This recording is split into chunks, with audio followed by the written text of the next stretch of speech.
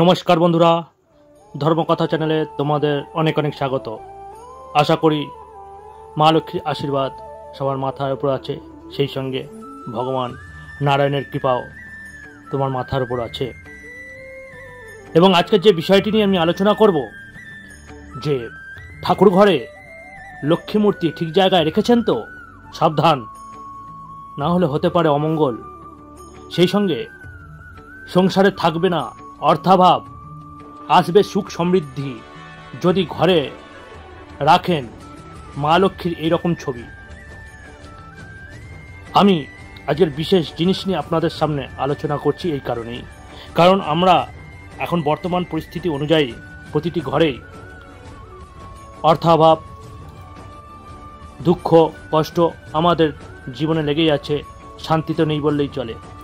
তো সেই জন্য আজকের মা লক্ষ্মী দেবীকে কিভাবে আমরা পুজো করলে বা কিভাবে রাখলে, কোথায় রাখলে, এবং মা লক্ষ্মীকে কি কি প্রদান করলে, কিভাবে বসে পুজো করলে মা লক্ষ্মী দেবী অতি সন্তুষ্ট হবেন এবং আমাদের ঘরে সর্বক্ষণের জন্য অর্থাভাব, দুঃখ, কষ্ট যাতে দূর হয়, সেই বিষয় নিয়ে আজকের আমার এই ভিডিও। আশা করি সবার অনেক অনেক ভালো লাগবে এবং অনেক ইম্পর্টেন্ট জিনিস আপনাদের সামনে আমি তুলে ধরার চেষ্টা করব।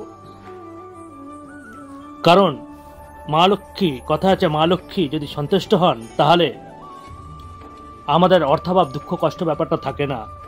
সেই সঙ্গে এও বলা হয় মা লক্ষ্মী হলেন অতি চঞ্চলা, তাই মা লক্ষ্মীকে আমাদের ঘরে রাখতে হবে। এইটুখানি মাথায় রাখবেন, যেখানে ভগবান নারায়ণের বাস সেখানে মা লক্ষ্মীর বাস, কারণ নারায়ণ ছাড়া মা লক্ষ্মী থাকতে পারবেন না। তাই চেষ্টা করবেন ঘরে অতি অবশ্যই যদি নারায়ণ শিলা থাকে খুব ভালো। যাদের ঘরে নারায়ণ শিলা নেই তারা চেষ্টা করবেন পকেট গীতা একটা পাওয়া যায়, খুব কম খরচার মধ্যে, 50 টাকার মধ্যে পড়ে। অন্তত একটা গীতা আপনি ঘরের মধ্যে রাখবেন এবং সেটাকে লাল কাপড় দিয়ে মুড়ে সেখানে তুলসী চন্দন অর্পণ করে বাবা নারায়ণ হিসাবে বা কৃষ্ণ হিসাবে কিন্তু আপনি পুজো করতে পারেন, এটিও অতি মঙ্গল। যাক, এবারে মূল বিষয়ে ফিরে আসা যাক। আমাদের কি কি করা উচিত নয় সেটা অবশ্যই আমাদের আগে মাথা রাখতে হবে। তারপরে কি কি করবেন তার পরের বিষয়ে আমি আসছি। প্রথমে আসি কি কি করবেন না, যেটি হলো কখনোই মা লক্ষ্মীর ছবি অথবা মূর্তি শৌচাগারের কাছে রাখবেন না। 2, সিঁড়ির নিচে কখনোই ঠাকুর ঘর করবেন না। 3, ছবি বা ঠাকুর কেনার সময় খেয়াল রাখবেন বা খেয়াল করবেন তাতে যেন দেবী দাঁড়িয়ে না থাকেন, কারণ দাঁড়িয়ে থাকার অর্থ হলো মা লক্ষ্মী তাড়াতাড়ি বাড়ি ছেড়ে বেরিয়ে যাবেন, অর্থাৎ তার আশীর্বাদ ভক্তরা দীর্ঘ সময় পাবে না। যেমন আমরা কোনো অতিথি এলে আমরা কি করি, তাকে বসতে বলি এবং ঠিক সময় মতো তাদের আপ্যায়ন করি, সেরকম আমাদের ঘরে আমার মা লক্ষ্মী যখন থাকবে তাকে আমাকে সেইভাবে বসাতে হবে এবং সেভাবে আদর আপ্যায়ন করতে হয়, তবেই মা লক্ষ্মী সন্তুষ্ট হন। এবার আসি 4, লক্ষ্মী বসে থাকা অবস্থায় ছবি বাড়িতে রাখবেন, তবে একটা জিনিস মাথায় রাখবেন বা দেখবেন, তিনি যেন বাহন পেঁচার উপরে বসে না থাকেন, কারণ পেঁচার উপর লক্ষ্মী দেবী বসে থাকার অর্থ হলো তিনি দ্রুত বাড়ি থেকে বেরিয়ে যাবেন, এটি অবশ্যই খেয়াল রাখবেন। এবার আসি 5, বাড়ির দরজার সামনে জুতা এলোমেলোভাবে ছড়িয়ে রাখবেন না, কারণ এতে মা লক্ষ্মী অত্যন্ত অসন্তুষ্ট হন এবং বাড়িতে ঢোকার পথে বাধা হয়ে দাঁড়ায়, তাই এইগুলো একটু মাথায় রাখবেন। এইবারে আসি কি কি করবেন। যে ছবিতে মা লক্ষ্মী আশীর্বাদ ভঙ্গিতে বসে আছেন সেই ছবি ঘরে রাখা অতি শুভ। 2, মা লক্ষ্মী পদ্ম ফুলের ওপর অধিষ্ঠান করে আছে এমন ছবি ঘরের জন্য অতি শুভ। কখনোই একের অধিক ছবি ঘরে রাখবেন না, কারণ বেশি ছবি অথবা মূর্তি রাখলে বাস্তুদোষ হতে পারে।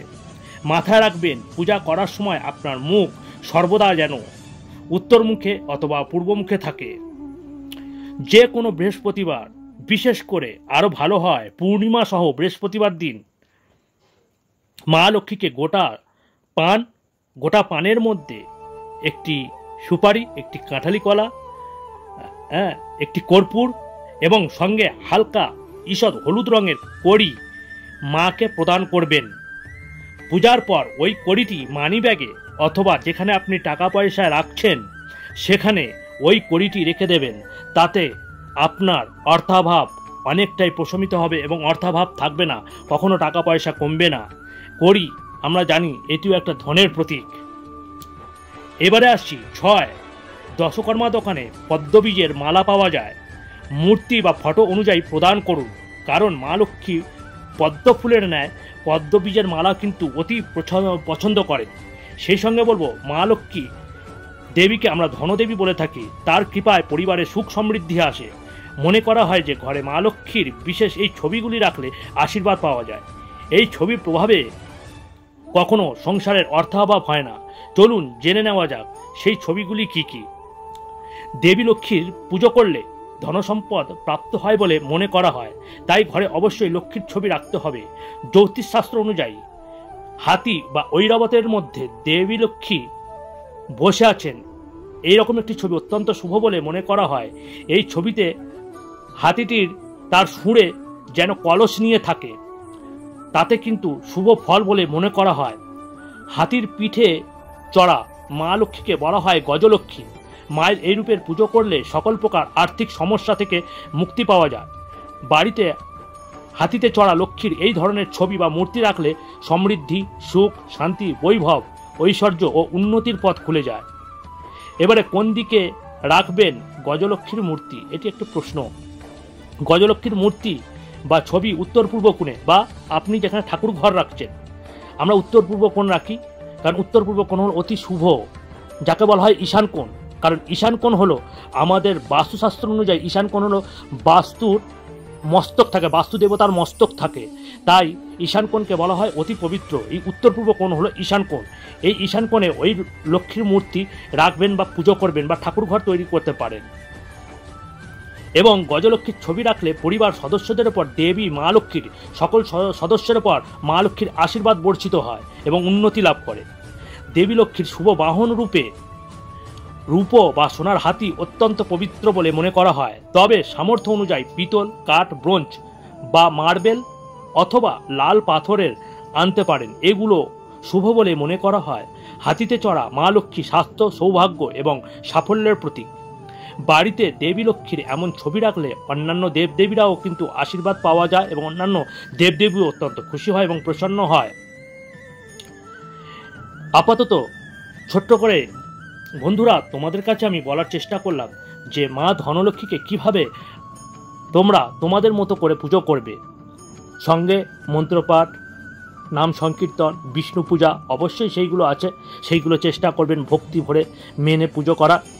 আশা করি এই ভিডিওটা আপনাদের ক্ষেত্রে অনেক উল্লেখযোগ্য হবে এবং ফলপ্রসূ হবে, তাই এইগুলো করার চেষ্টা করবেন যতটা সম্ভব। আশা করি মা লক্ষ্মীর আশীর্বাদ আপনাদের মাথার উপর, আপনাদের পরিবারের সদস্যের উপর বর্ষিত হবে। আজকের মতো এতটাই। বন্ধুরা, যদি ভালো লাগে অবশ্যই একটি লাইক করবেন, সঙ্গে যারা নতুন তারা অবশ্যই সাবস্ক্রাইব করবেন এবং প্রিয়জনদের কাছে যারা ভগবানের প্রতি আস্থা রাখে তাদের কাছে শেয়ার করবেন, যাতে এই বিষয়টি তারাও অবগত হতে পারে এবং সংসারে সুখ শান্তি অবশ্যই তাদের আসুক। সেই সঙ্গে যারা সাবস্ক্রাইব করেছেন তাদের অত্যন্ত অত্যন্ত ধন্যবাদ। আর কমেন্টে অবশ্যই জয় শ্রীহরি, জয় মা লক্ষ্মী লিখতে ভুলবেন না, এইটুকুনি আশা করি। এই বলে আজকের ভিডিও এখানেই শেষ করছি। আবার নতুন কোনো এই ধরনের অথেন্টিক ভিডিও নিয়ে আপনাদের সামনে উপস্থিত হব, তাই বেল আইকনটিকে টিপে আমাদের সঙ্গে থাকবেন। হরি ওম তৎসৎ, হরি ওম তৎসৎ, হরি ওম তৎসৎ।